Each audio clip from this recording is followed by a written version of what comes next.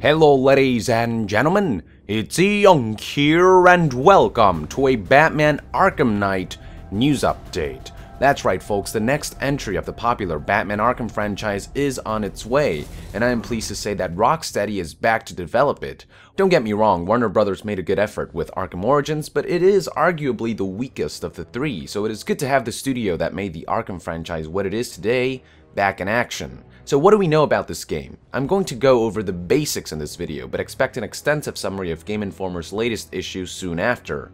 Essentially, Arkham Knight takes place a year after the events of Arkham City, and it deals with the fallout of, spoilers, the death of infamous villain, the Joker. Villains such as Scarecrow, Harley Quinn, Harvey Two-Face, and the Penguin will make a return, plotting to take down the one thing that has gotten in their way all these years, the Dark Knight. What's even more interesting though is that Rocksteady is working with DC Entertainment to create an all-new character for the game from scratch, specifically for this game. This character will serve as Batman's new arch-rival and will challenge the Dark Knight in ways other villains haven't before.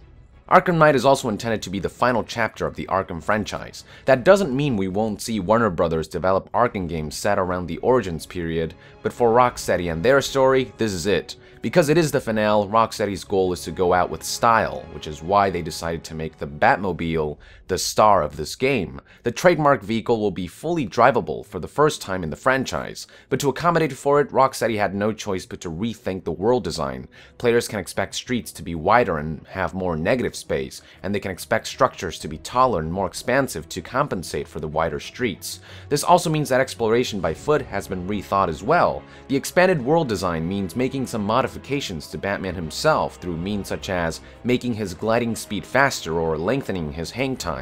As for the world itself, the game will take place in an all-new central zone of Gotham City, split into 3 islands, which when combined amounts to a map that is roughly 5 times the size of Arkham City. That's pretty insane. To create such a large city and to integrate new features like the Batmobile, Rocksteady decided to develop Arkham Knight exclusively for next-gen consoles and PC. This means the studio can spend more time harnessing the power of the new consoles, rather than having to make compromises for the older ones. A more focused development environment is always a good thing for a game.